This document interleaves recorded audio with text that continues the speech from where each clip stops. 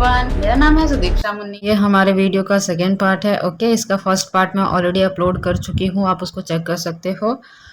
Next हमारा जो topic है वो क्या है, वो है हमारा रिसर्च डिज़ाइन। रिसर्च डिज़ाइन में हम पढ़ने वाले हैं कि कितने टाइप के रिसर्च होते हैं साइकोलॉजी में। ओके, सबसे पहला टाइप है डिस्क्रिप्टिव रिसर्च। इसका मतलब होता है creating a view of the current thoughts, feelings और behaviour of individuals. Descriptive research means एक व्यू क्रिएट करना, जो भी हमारा थॉट चल रहा है, फीलिंग्स हैं या फिर बिहेवियर है, पर्सन टू पर्सन जैसे वेरी करता है, उसका एक डिस्क्रिप्शन देना। Research methods means descriptive research करने के मेथड्स क्या क्या है। केस स्टडीज हो सकता है, उसके बाद सर्वे होता है, नेचुरलिस्टिक ऑब्जर्वेशन है, यानी कि नेचुरली चीज़ों को ऑब्जर्व करना, जैसा हो रहा है उसको एज इट इज़ देखना, उसमें कोई मैनिपुलेशन नहीं करना। सपोज कि दो फ्रेंड है, ओके, दो फ्रेंड है यहाँ पे, वो दोनों खेल रहे हैं। ओके, तो हम यहाँ पे इसको भी कुछ नहीं बोल रहे हैं और इसको भी कुछ नहीं बोल रहे हैं, ये दोनों खेल रहे हैं और हम बस ऑब्जर्व कर रहे हैं कि कौन किस तरह का एफर्ट डाल रहा है। तो ये हो जाता है कि नेचुरली हम चीज़ों को ऑब्जर्व कर रहे हैं, कोई उसमें आर्टिफिशियल हमारे द्वारा कोई चेंज नहीं किया गया है किसी भी तरह का। उसी तरह से कोई केस स्टडी हो गया तो वो भी क्या किस में आता है, डिस्क्रिप्टिव रिसर्च में आता है, क्योंकि हम केस स्टडी में उसको डिस्क्राइब करते हैं, डिटेल देते हैं। सर्वे हो गया, तो ये सारे जो मेथड्स हैं वो हैं क्या, डिस्क्रिप्टिव रिसर्च के मेथड्स।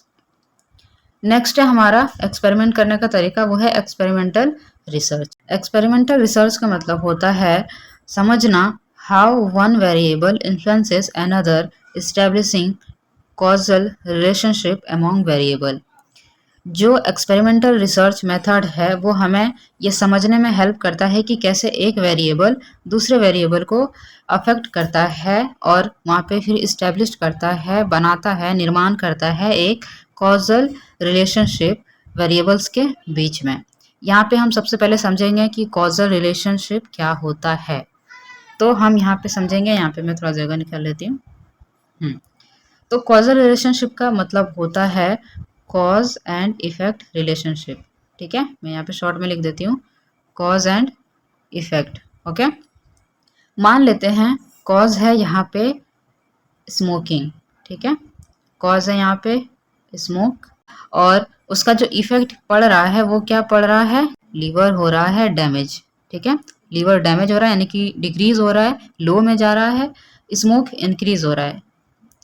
यहाँ पे जो चीज़ है वो मैं आपको समझाने की कोशिश कर रही हूँ कि दो वेरिएबल, यहाँ पे दो वेरिएबल क्या है, दो चर क्या है, एक है स्मोक और दूसरा है लीवर। तो यहाँ पे हो क्या रहा है कि स्मोक करने की वजह से ही लीवर पे इफेक्ट पड़ रहा है।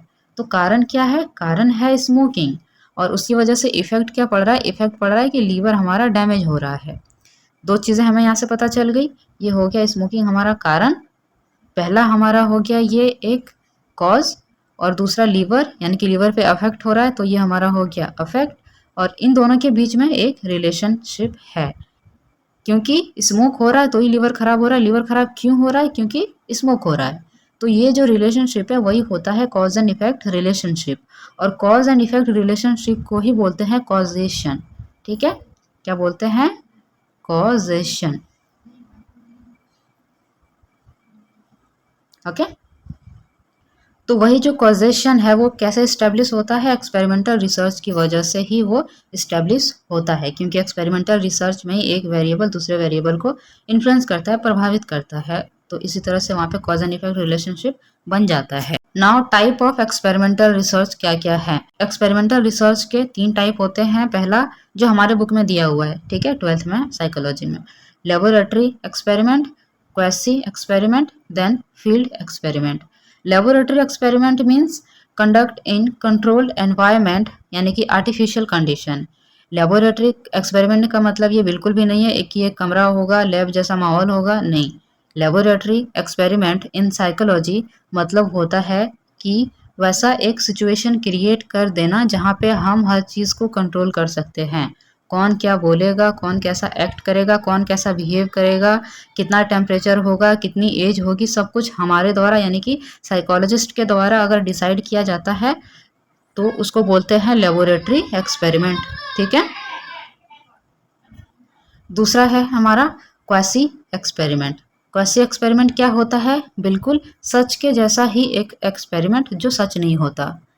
For example, selecting the subject who already belong to two different groups, यानी कि एक्सपेरिमेंट करने के लिए हम दो ऑलरेडी एग्जिस्टिंग ऑब्जेक्ट को या वेरिएबल को सेलेक्ट करेंगे। हम कोई भी वेरिएबल ना क्रिएट करेंगे ना मैनिपुलेट करेंगे। फॉर एग्जाम्पल, ग्रुप 1 है जो जंक फूड नहीं खाता है, ठीक है, और ग्रुप 2 से हमने ऐसे लोगों को उठाया जो जंक फूड खाते हैं। तो यहाँ से हमें क्या पता चल रहा है कि जो क्वासी एक्सपेरिमेंट है वो ऑलरेडी एग्जिस्टिंग लोगों को उठाता है, सैंपल को उठाता है।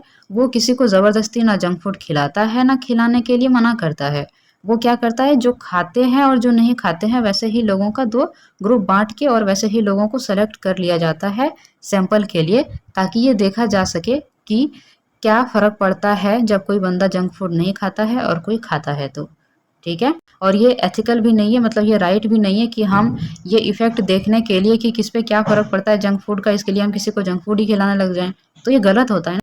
तो जो ऑलरेडी नहीं खाते हैं उन लोगों को उठाया जाता है या फिर जो ऑलरेडी खाते हैं उनको उठाया जाता है और दोनों को ग्रुप 1 और ग्रुप 2 में डिवाइड कर दिया जाता है और फिर उन पे स्टडी किया जाता है कि किस पे कितना फ़र्क पड़ रहा है, नहीं पड़ रहा है खाने से और नहीं खाने से, ठीक है। तो ये होता है क्वासी एक्सपेरिमेंट। थर्ड टाइप है यहाँ पे फील्ड एक्सपेरिमेंट। फील्ड एक्सपेरिमेंट का मतलब लाइक ये नाम से ही पता चल रहा है, फील्ड मतलब हम क्षेत्र में देख रहे हैं कि हाँ नेचुरली कौन सा एक्सपेरिमेंट हो रहा है, नहीं हो रहा है, बिना कोई मैनिपुलेशन के, मतलब हम कोई चेंजेस नहीं कर रहे हैं। कोई भी चीज़ अगर एनवायरनमेंट में घटित हो रही है तो हम बस उसको दूर से ऑब्जर्व कर रहे हैं कि वो कैसे घटित हो रही है, क्यों घटित हो रही है, कब घटित हो रही है। हम उसमें कोई चेंज नहीं कर रहे हैं, बस ऑब्जर्व कर रहे हैं। यही चीज़ होता है फील्ड एक्सपेरिमेंट कि हम देखते हैं कि नेचुरली कोई भी सिचुएशन है वो क्यों हो रही है, कैसे हो रही है, कहाँ हो रही है, ये सारी चीज़ों को ऑब्जर्व करना। लिटिल कंट्रोल हम कर सकते हैं, जैसे हम कहाँ रहेंगे, कैसे सिचुएशन में रहेंगे, फिर वहाँ पे हम कौन से टाइप के लोगों को ऑब्जर्व करेंगे, तो थोड़ा बहुत हमारा कंट्रोल हो सकता है, पर हमारा इस पे उतना ज़्यादा कंट्रोल नहीं होता जैसे कि हमारा लेबोरेटरी एक्सपेरिमेंट में कंट्रोल होता है, ठीक है। इसमें फील्ड एक्सपेरिमेंट में कंट्रोल नहीं होता, इसमें बेसिकली ज़्यादातर ऑब्जर्वेशंस ही होते हैं। यहाँ पे एग्जांपल में मैंने लिखा है कैफ़े। मान लीजिए आप कोई कैफ़े में बैठे हैं, आप ऑब्जर्व कर रहे हैं कि यहाँ किस एज ग्रुप के लोग ज़्यादा आते हैं, मैं एग्जांपल के लिए बता रही हूँ। तो वहाँ पे शोर भी हो सकता है, वहाँ पे कोई झगड़ा भी हो सकता है, वहाँ पे हो सकता है कि आधे टाइम में ही कैफ़े बंद हो जाए, कुछ भी हो सकता है ना। तो वहाँ पे हम हर चीज़ कंट्रोल नहीं कर सकते हैं, बस हमारे में जितना आ सकता है, जितना हम अपना बेस्ट वहाँ पे दे सकते हैं, उतना ऑब्जर्व करके और फिर हम वहाँ पे कंक्लूज़न निकाल सकते हैं। वैसे ही स्कूल हो गया, मान लीजिए हम कोई स्कूल में जाते हैं और हम देखना चाहते हैं कि कौन सा बच्चा क्लासरूम में अपने बैचमेट्स से कैसे कैसे कांटेक्ट कर रहा है, इंटरेक्ट कर रहा है, स्पीकिंग में कैसा है, कन्वर्सेशन में कैसा है, उसकी वजह से उसका जो एकेडमिक परफॉर्मेंस है वो कैसे अपग्रेड हो रहा है, नहीं हो रहा है। तो इन चीज़ों को हम ऑब्जर्व करते हैं, हम मैनिपुलेट नहीं कर रहे हैं कि हाँ बच्चों तुम ऐसा बिहेव करो तो हम देखेंगे तुम्हारा रिजल्ट कितना आगे जा रहा है। नहीं, बच्चे जैसा कर रहे हैं वो ऐसा कर ही रहे हैं, बस हम दूर से ऑब्जर्व कर रहे हैं कि उसकी वजह से, उनके कुछ करने की वजह से और नहीं करने की वजह से क्या फ़र्क पड़ रहा है। सो इसमें एक और चीज़ मैंने यहाँ पे मेंशन करी है, पार्टिसिपेंट्स में और may not be aware they are being studied. मतलब जो साइकोलॉजिस्ट जिनको ऑब्जर्व कर रहे होते हैं, हो सकता है कि उनको पता ही ना हो कि हमको ऑब्जर्व किया जा रहा है। मान लीजिए कोई पर्सन है, वो बहुत गुस्सा कर रहा है, चिल्ला रहा है, और कोई साइकोलॉजिस्ट टाइप का इंसान है या फिर कोई साइकोलॉजिस्ट ही है, वो दूर में बैठ के उसको ऑब्जर्व कर रहा है कि ये बंदा या फिर ये लड़की या लड़का गुस्सा कर क्यों रहा है। और जो गुस्सा कर रहा है उसको पता ही नहीं है कि मुझे कोई ऑब्जर्व भी कर रहा है तो मैं थोड़ा सा अच्छा बिहेव करूँ। तो ये चीज़ें वहाँ पे होती है, ठीक है। तो यहाँ पे हमारा एक्सपेरिमेंटल रिसर्च क्या होता है, उसके टाइप क्या होते हैं, ये हमने जान लिया। अब हम जानते हैं वेरिएबल्स के बारे में। मेनली दो टाइप के वेरिएबल होते हैं, टू टाइप ऑफ वेरिएबल्स। पहला होता है इंडिपेंडेंट वेरिएबल जिसको शॉर्ट में आईवी बोलते हैं। दूसरा होता है डिपेंडेंट वेरिएबल जिसको हम शॉर्ट में डीवी बोलते हैं। Independent variable means it is the cause independent of the other variable. Independent variable का मतलब होता है कारण, और कारण हमेशा स्वतंत्र होता है, हमेशा नहीं पर हम उसको इंडिपेंडेंट बोल सकते हैं। मान लीजिए कोई भी चीज़ हो रही है, फॉर एग्जांपल मैं यहाँ पे आपको समझाती हूँ नीचे में। फॉर एग्जांपल कोई भी पर्सन है, वो मेंटली बहुत ज़्यादा स्ट्रगल कर रहा है, हम डायरेक्ट यहाँ बात करते हैं, मान लीजिए कि वो डिप्रेशन में है, ठीक है। वो डिप्रेशन में है बंदा, अब वो क्या कर रहा है, वो कर रहा है मेडिटेशन, ठीक है। डिप्रेशन में है, डिप्रेशन को ठीक करने के लिए वो कर रहा है मेडिटेशन। तो मेडिटेशन करने की वजह से क्या होगा कि उसका माइंड क्या हो जाएगा, स्टेबल हो जाएगा। क्या हो जाएगा, स्टेबल हो जाएगा उसका माइंड। तो हम अभी डिप्रेशन को थोड़ा सा साइड में रखते हैं, ठीक है, डिप्रेशन की बात हम अभी नहीं करेंगे, इसको कर दिया हमने साइड। सो यहाँ पे हमारा जो कॉज है वो क्या है, मेडिटेशन, और हमारा जो इफ़ेक्ट है वो क्या है, स्टेबल। मेडिटेशन कॉज इसलिए है क्योंकि मेडिटेशन की वजह से ही हमारा माइंड क्या हुआ, स्टेबल हुआ। और स्टेबल इफ़ेक्ट इसीलिए है क्योंकि जो प्रभाव होता है वो किसी कारण की वजह से आता है ना, तो ये स्टेबल इसीलिए है क्योंकि कारण क्या है, मेडिटेशन। दोनों ही चीज़ें एक दूसरे से यहाँ पे इंटरकनेक्टेड होते हैं। तो जो हमारा ये कॉज है ना, यानी कि कारण हमारा क्या है, मेडिटेशन है, तो मेडिटेशन हमारा हो जाता है आईवी, यानी कि इंडिपेंडेंट वेरिएबल। स्टेबल क्या है, वो है डिपेंडेंट वेरिएबल, तो ये हमारा हो जाता है डीवी। जो स्टेबिलिटी है वो आई किस वजह से है, मेडिटेशन की वजह से, यानी कि हमारा जो स्टेबिलिटी है वो निर्भर करता है, वो डिपेंड करता है किस पे, मेडिटेशन पे। मेडिटेशन हो रहा है तभी हमारा माइंड स्टेबल है, नहीं तो फिर वो डिप्रेशन में चला जाएगा, ठीक है। तो स्टेबिलिटी किसकी वजह से आई, मेडिटेशन की वजह। तो स्टेबिलिटी किस पे डिपेंड करती है, मेडिटेशन पे डिपेंड करती है। तो स्टेबिलिटी इसीलिए हो गया डिपेंडेंट वेरिएबल और मेडिटेशन यहाँ पे हो गया इंडिपेंडेंट वेरिएबल। आई होप कि मुझे जितना लगा मैंने उतना समझाने की कोशिश की। सो या it is the effect. Independent क्या है, वो है कॉज, और डिपेंडेंट क्या होता है, वो होता है इफेक्ट। यानी कि इंडिपेंडेंट हो गया कारण और डिपेंडेंट हो गया प्रभाव। कारण क्या था, प्रभाव क्या पड़ा, यही होता है इंडिपेंडेंट और dependent variables IV and DV। It depends on changes in the independent variable. जो डिपेंडेंट वेरिएबल है वो किस पे निर्भर करता है, ये निर्भर करता है इंडिपेंडेंट वेरिएबल पे। जैसे ही इंडिपेंडेंट में चेंजेस होंगे उसका प्रभाव पड़ेगा डिपेंडेंट वेरिएबल पे, ठीक है। अब यहाँ पे एक एक्स्ट्रा दिया हुआ है वेरिएबल जिसका नाम ही है एक्स्ट्रानियस वेरिएबल, ठीक है, जिसको शॉर्ट में बोलते हैं EV। नाम से ही हमें याद रखना है कि एक्स्ट्रा यानी कि अदर, ज़्यादा है अदर देन मेन वेरिएबल, ठीक है। मेन वेरिएबल दो ही होते हैं, IV एंड DV, और ये एक्स्ट्रानियस मीन्स एक्स्ट्रा वेरिएबल होता है। यहाँ पे मैंने एग्जांपल लिखा है एक्स्ट्रानियस वेरिएबल का। In a study examining the impact of music on concentration. एक स्टडी हो रही है जिसमें ये एग्जामिन किया जा रहा है कि म्यूजिक का क्या फ़र्क पड़ता है कंसंट्रेशन पे, फोकस करने पे। The temperature might make participants more comfortable and affect there concentration level, influencing the result of the study. पर वहाँ पे जो टेम्परेचर है, जहाँ पे भी ये एक्सपेरिमेंट हो रहा है, वो जो टेम्परेचर है इन्वायरमेंट में है वो बहुत ज़्यादा ही कंफर्ट कर रहा है जिस पे स्टडी की जा रही है, यानी कि पार्टिसिपेंट्स पर, ठीक है। तो ज़्यादा कंफर्ट क्रिएट होगा तो ऑब्वियस सी बात है वहाँ पे स्टडी करने में डिफ़िकल्टी आएगी। कोई हो सकता है कि डिस्ट्रैक्ट हो जाए, कोई हो सकता है कि अदर ही वे में चला जाए, कोई सो जाए, कुछ भी हो सकता है ना। तो वहाँ पे जो स्टडी की जा रही है साइकोलॉजिस्ट के थ्रू वो चीज़ अफेक्ट हो सकती है। तो यहाँ पे जो टेम्परेचर है वो टेम्परेचर क्या हो गया, एक्स्ट्रा न्यूज़ वेरिएबल। ये एक एक्स्ट्रा चीज़ आ गई यहाँ पे जो डिस्टर्ब कर रही है बीच में, ठीक है। जो डिपेंडेंट वेरिएबल है, जो इंडिपेंडेंट वेरिएबल है वो तो है ही, यानी कि म्यूज़िक यहाँ पे क्या होगा, म्यूज़िक हो जाएगा इंडिपेंडेंट वेरिएबल और कंसंट्रेशन क्या हो जाएगा, वो हो जाएगा डिपेंडेंट वेरिएबल। यानी कि म्यूज़िक कारण है, यानी कि हम म्यूज़िक के कारण देख रहे हैं कि फ़र्क क्या पड़ रहा है कंसंट्रेशन पे, तो प्रभाव क्या हो जाएगा, कंसंट्रेशन। तो IV और DV तो है ही, लेकिन टेम्परेचर एक्स्ट्रा आ गया, टेम्परेचर की वजह से और डिस्टर्बेंस हो रही है, लोग कंफर्ट में जा रहे हैं, तो यहाँ पे टेम्परेचर हो जाएगा एक्स्ट्रानियस वेरिएबल। अब आता है एक्स्ट्रानियस वेरिएबल के भी दो टाइप होते हैं। पहला होता है कंट्रोल्ड EV यानी कि कंट्रोल्ड एक्स्ट्रानियस वेरिएबल, और दूसरा होता है अनकंट्रोल्ड एक्स्ट्रानियस वेरिएबल। कंट्रोल्ड एक्स्ट्रानियस वेरिएबल को हम कन्फाउंडिंग वेरिएबल भी कहते हैं। आप यहाँ पे स्पेलिंग दे सकते हो, CONFOUNDING, confounding variable. Confounding variable मतलब मेंटेनिंग कांस्टेंट टेम्परेचर। मैंने ऊपर का एग्जांपल यहाँ पे दिया हुआ है। हम वहाँ पे कंट्रोल कर सकते हैं कि कैसे भी करके टेम्परेचर को कैसे कांस्टेंट रखा जाए, एक जैसा रखा जाए, मेंटेन करके रखा जाए, ओके। और दूसरा जो हम कंट्रोल नहीं कर सकते हैं उसका एग्जांपल यहाँ पे क्या है, जैसे इंडिविजुअल डिफरेंसेस होते हैं इन मोटिवेशन, एक्सटर्नल डिस्ट्रैक्शन, कोई भी बंदा है वो ज़्यादा मोटिवेटेड है एक्सपेरिमेंट के लिए तो पार्टिसिपेट करेगा फुल्ली फोकस्ड होके, कोई नहीं है तो वो नहीं करेगा उतना बेहतर ढंग से। इंडिविजुअल पे ये इफ़ेक्ट पड़ता है, इंडिविजुअल टू इंडिविजुअल। वैसे ही कोई एक्सटर्नल डिस्ट्रैक्शन हो सकता है किसी के फैमिली बैकग्राउंड में ऑलरेडी इश्यूज़ चल रहे हैं और वो आ गया यहाँ पे एक्सपेरिमेंट में पार्टिसिपेट करने, जिसकी वजह से वो अपना बेस्ट नहीं दे पा रहा। तो ये हो जाता है अनकंट्रोल, यानी कि हम हर एक व्यक्ति के व्यक्तिगत जीवन में जाके घुस के तो नहीं चेंज कर सकते हैं ना, सब कुछ कंट्रोल नहीं कर सकते, because we are emotional creatures. अलग-अलग डिस्ट्रैक्शन होते हैं सबकी लाइफ में, मोटिवेशन का लेवल अलग होता है, बहुत सारी चीज़ें घटती है व्यक्तिगत रूप में। तो वो अनकंट्रोल्ड है, यानी कि हम उसको कंट्रोल नहीं कर सकते। भले ही एक्स्ट्रा न्यूज़ वेरिएबल है, वो एक्स्ट्रा ही चीज़ है। यानी कि कोई अपना ब्रेकअप लेके आया हुआ है, तो वो तो एक्स्ट्रा चीज़ है ना, वो कोई साइकोलॉजिस्ट डील नहीं करेगा ना, उसके बारे में चर्चा ही नहीं हो रही है। वहाँ पे चर्चा म्यूज़िक और कंसंट्रेशन की हो रही है। तो जो व्यक्तिगत रूप से जिसकी पर्सनल प्रॉब्लम है, वो तो एक डिस्ट्रैक्शन का मामला है ही उसके लिए, तो वो कंट्रोल नहीं किया जा सकता। पर जो कंट्रोल किया जा सकता है, जैसे कि टेम्परेचर को कंट्रोल किया जा सकता है, तो वो कन्फाउंडिंग या फिर कंट्रोल्ड एक्सट्रानियस वेरिएबल होता है कि नहीं, चलो टेम्परेचर एक एक्स्ट्रा चीज़ है यहाँ पे, हम उसको कंट्रोल करने की कोशिश करते हैं और करेंगे।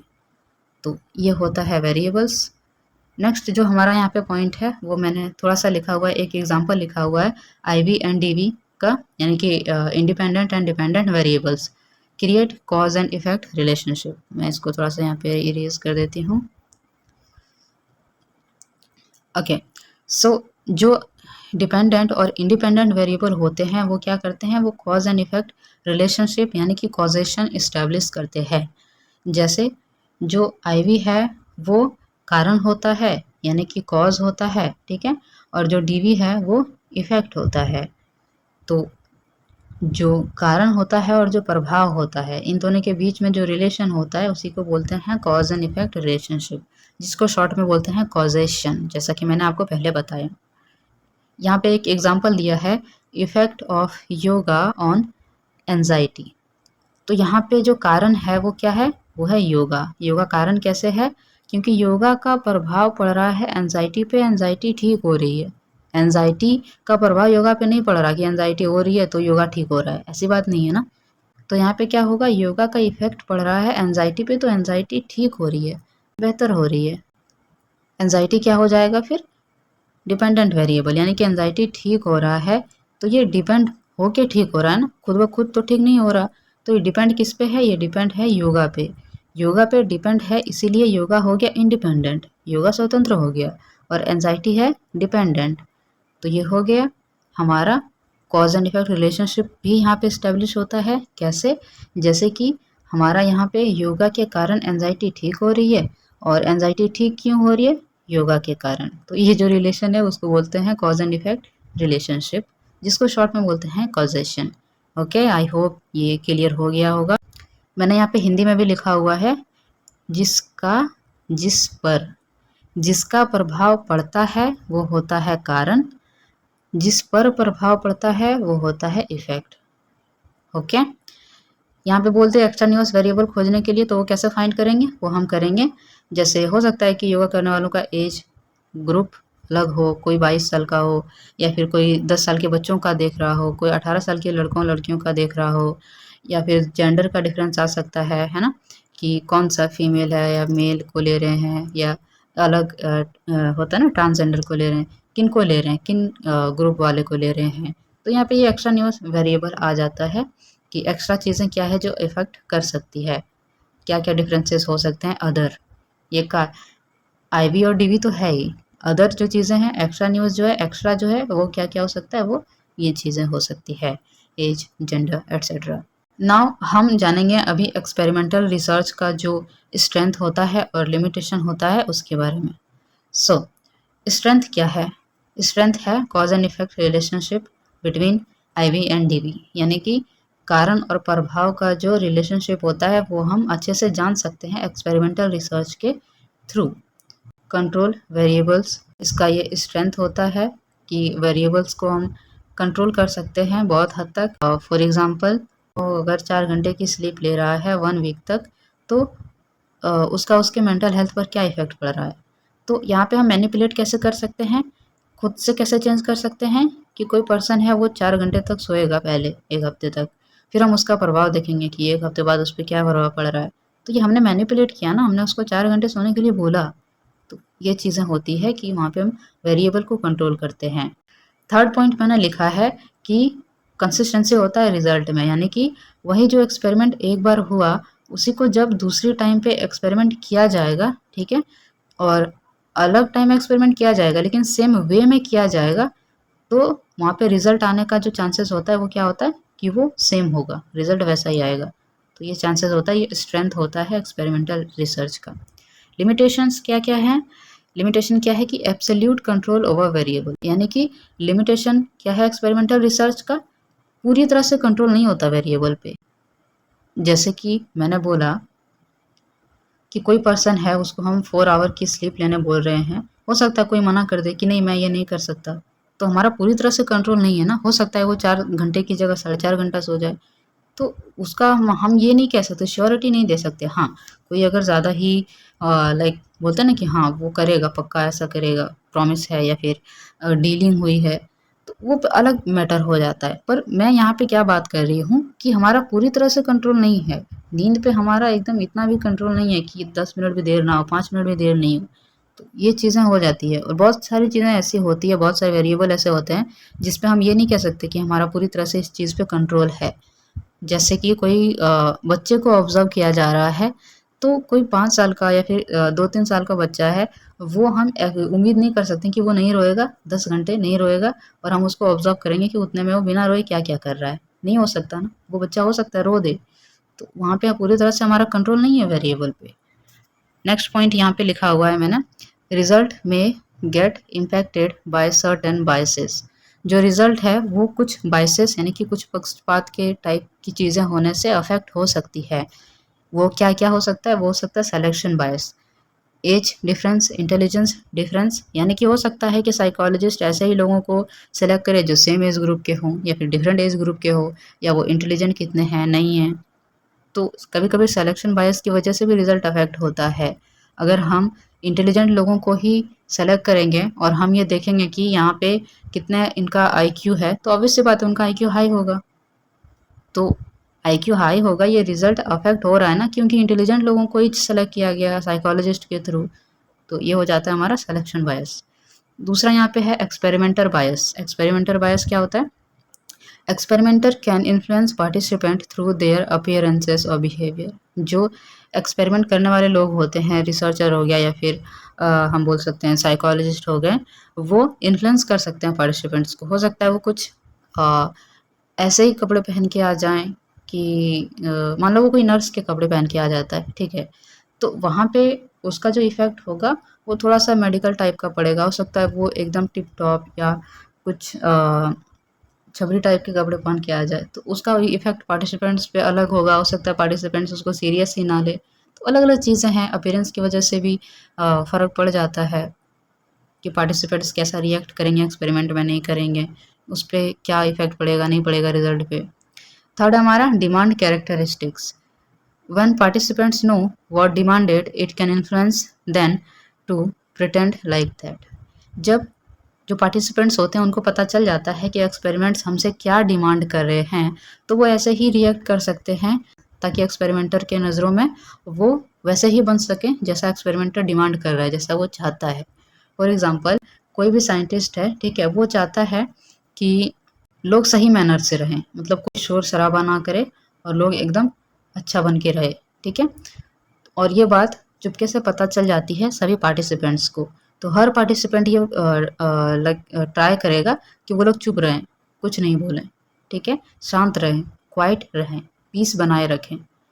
तो यहाँ तो मैनिपुलेशन हो गया ना, पार्टिसिपेंट्स वैसे ढल जा रहे हैं जैसे एक्सपेरिमेंट ने डिमांड कर दिया, तो वो एक्सपेरिमेंट का जो रिजल्ट आएगा वो रिजल्ट उतना इफेक्टिव नहीं होगा। जो वो साइकोलॉजिस्ट ऑब्जर्व करना चाह रहा था वो ऑब्जर्व नहीं कर पाएगा उतना अच्छे से। क्यों?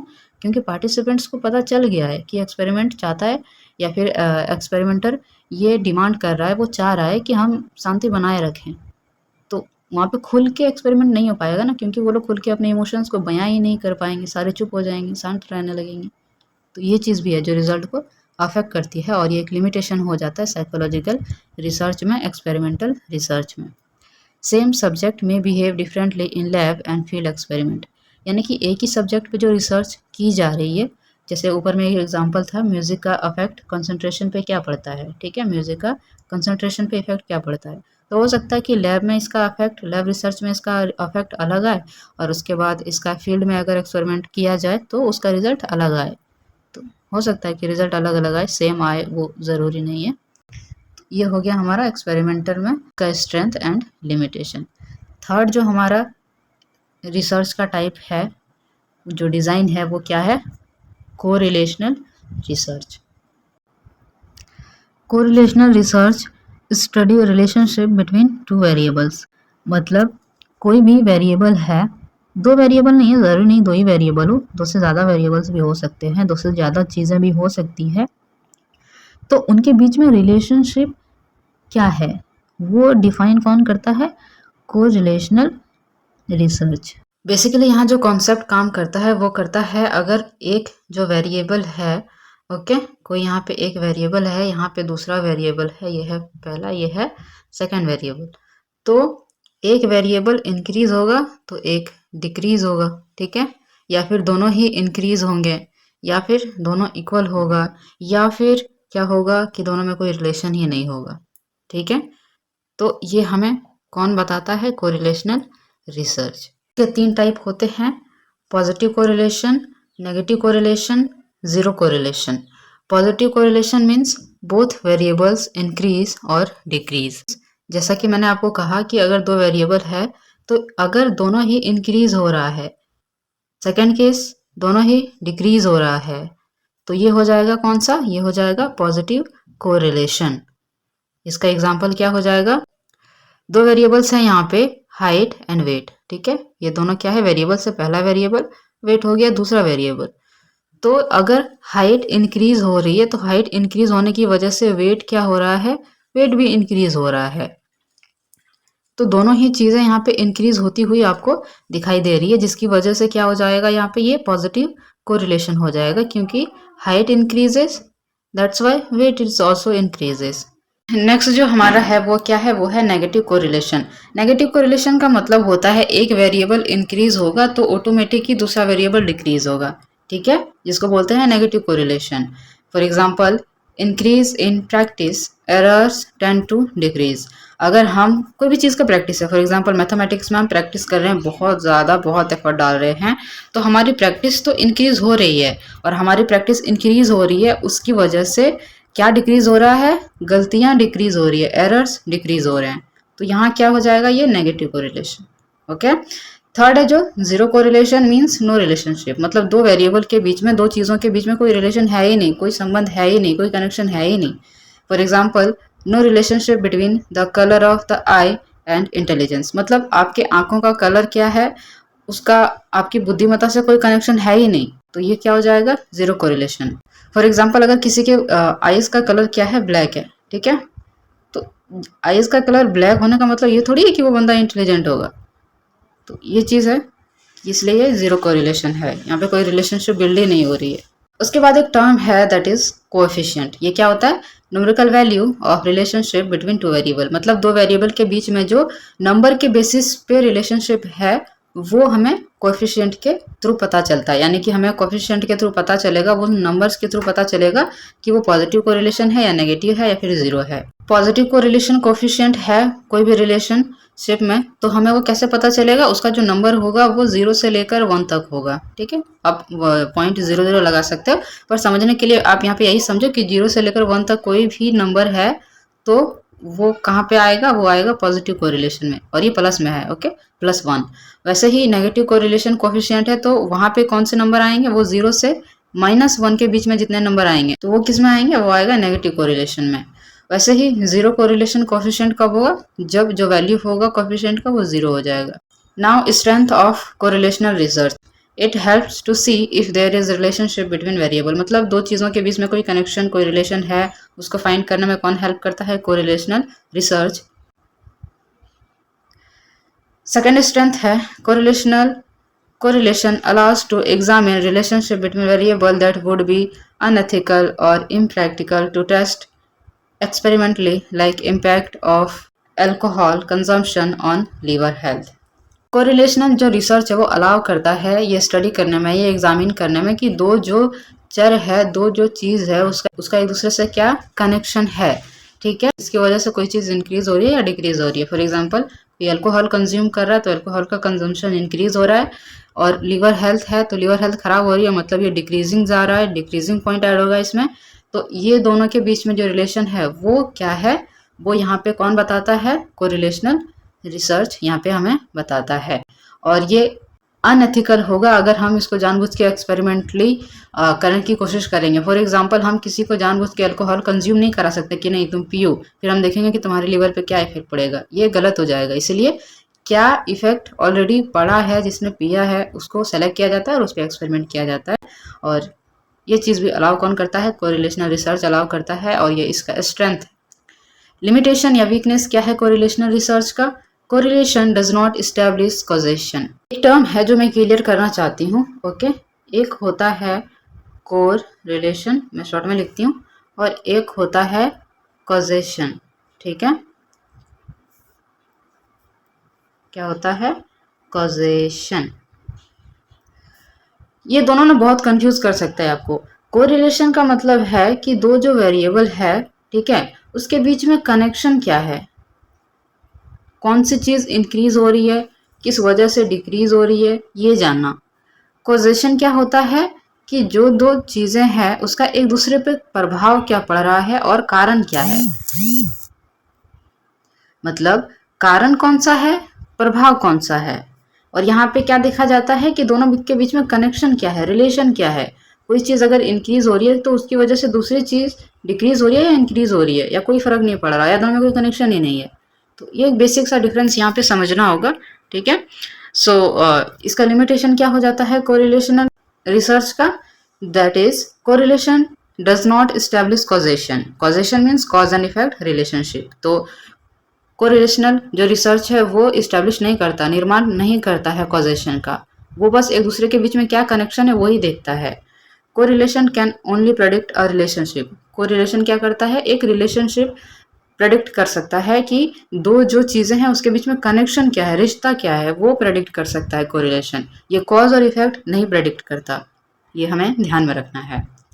यहाँ पे एक और पॉइंट मैंने लिखा है, पूछ सकता है एग्जाम में, steps in conducting an experiment. सबसे पहला जो स्टेप है वो क्या होता है, वो होता है hypothesis formation. Hypothesis formation means prediction of what will be the outcome of the study. पहले ही कल्पना कर लेना, पहले ही सोच लेना कि हम जो चीज़ कर रहे हैं, जो एक्सपेरिमेंट कर रहे हैं, उसका रिजल्ट क्या होने वाला है, आउटकम क्या होने वाला है। सेकेंड जो स्टेप है वो क्या आता है, हाइपोथेसिस हमने कर लिया, अब बारी आती है आइडेंटिफाइंग वेरिएबल्स, मतलब जो चर है वो इंडिपेंडेंट चर कौन सा है और डिपेंडेंट चर कौन सा है, मतलब इंडिपेंडेंट वेरिएबल और डिपेंडेंट वेरिएबल या फिर एक्सट्रानियस वेरिएबल कौन सा है, ये हमें फाइंड करना होता है सेकेंड स्टेप में। थर्ड स्टेप में क्या आता है, सैम्पलिंग आता है, यानी कि हमें किनको कलेक्ट करना है, पॉपुलेशन में से किन लोगों को कलेक्ट करना है, किन एज ग्रुप वाले लोगों को कलेक्ट करना है, किस जेंडर वाले लोगों को कलेक्ट करना है। तो ये हो जाता है कि सैम्पलिंग पार्टिसिपेंट्स, ठीक है। फोर्थ जो आता है स्टेप इसके बाद, दैट इज एक्सपेरिमेंट प्लानिंग, यानी कि एक्सपेरिमेंट किस तरह से कंडक्ट किया जाएगा उसकी प्लानिंग करना कि कौन पार्टिसिपेट करेगा नहीं करेगा, ये सारी चीज़ें, तो पूरी तरह से उसको प्लान करना, वही होता है फोर्थ स्टेप में। फिफ्थ स्टेप में और लास्ट स्टेप में क्या दिया हुआ है, हाइपोथेसिस वेरिफिकेशन, मतलब सब कुछ करने के बाद यहाँ पे हम देखेंगे कि हमने जो कल्पना की थी कि हमारे एक्सपेरिमेंट का आउटकम ये आएगा, उसका आउटकम वैसा आया कि कुछ अलग आया, ये होता है हाइपोथेसिस वेरिफिकेशन। तो ये बेसिकली 5 स्टेप होता है एक्सपेरिमेंट्स में, ठीक है, कि कैसे एक्सपेरिमेंट को कंडक्ट किया जाता है। ये हमारे चैप्टर का लास्ट टॉपिक है, that is use of statistical methods in psychological research. Basically इसमें मैथ आएगा, ठीक है, कि कैसे कोई भी चीज़ है वो मैथमेटिकली हम मेज़र कर सकते हैं, उसको ऑर्गेनाइज कर सकते हैं। तो इस स्टैटिस्टिकल का यूज़ ही क्यों किया जाता है, ताकि ऑर्गेनाइज किया जा सके, एनालाइज किया जा सके, क्लासीफाई किया जा सके क्वांटिटेटिव डेटा को, मतलब न्यूमेरिकल डेटा को, ठीक है। सो इसके 2 मेथड्स होते हैं, पहला डिस्क्रिप्टिव स्टैटिस्टिकल मेथड, दूसरा होता है इन्फ्रेंशियल स्टैटिस्टिकल मेथड, ठीक है। डिस्क्रिप्टिव स्टैटिस्टिकल मेथड में क्या आता है, समराइजिंग डेटा आता है, बाय ग्राफ हो गया, चार्ट हो गया। इन्फ्रेंशियल स्टैटिस्टिकल मेथड क्या करता है, सेम डेटा को यूज करता है to predict and make conclusion of the population. Descriptive statistic क्या स्टेट करता है, वो फैक्ट एंड प्रूवन आउटकम देता है जो पॉपुलेशन से सैंपल लिया जाता है। और पॉपुलेशन से सैंपल लेने का काम कौन करता है, वो करता है इन्फ्रेंशियल स्टैटिस्टिक। ठीक है, सो यहाँ पे आप इसका एग्जांपल देख सकते हो। ये पूरा पॉपुलेशन है, पॉपुलेशन से सैम्पलिंग लिया गया, सैम्पलिंग से लिया गया सैंपल, और सैंपल को कैसे डिस्क्राइब किया जाएगा, डिस्क्रिप्टिव स्टैटिस्टिक के थ्रू। और जो पॉपुलेशन से सैंपल लिंक किया गया वो प्रोसेस हो जाएगा इन्फ्रेंशियल स्टैटिस्टिक्स। ठीक है।